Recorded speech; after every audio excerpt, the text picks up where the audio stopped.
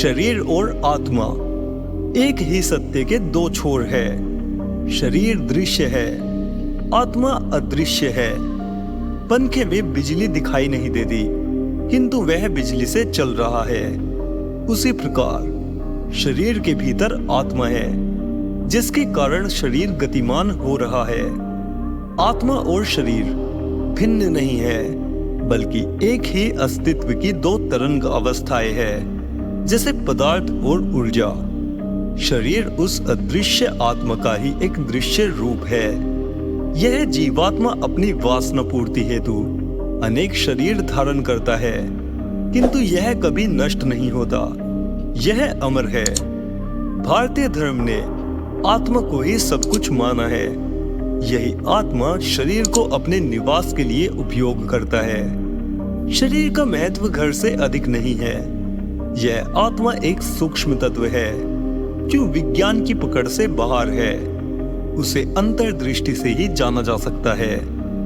आत्मा को जानने का मार्ग ध्यान है। विज्ञान की प्रयोगशाला में उसे नहीं देखा जा सकता।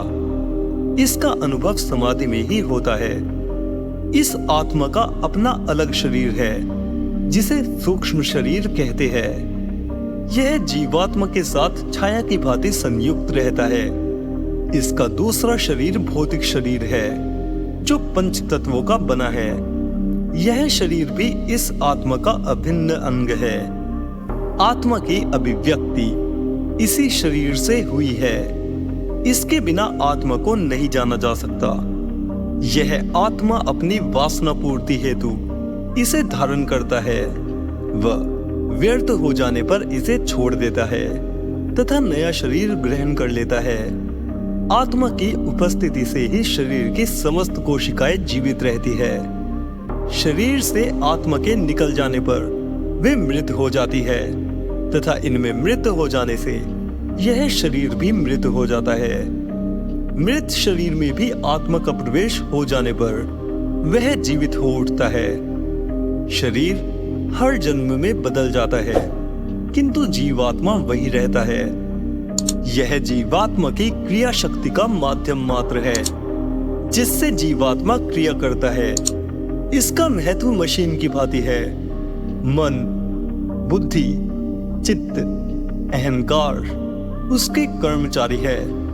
मन इसका मैनेजर, व्यवस्थापक है, जो संपूर्ण व्यवस्था करता है। ये सभी आत्मा रूपी शक्ति से संचालित है।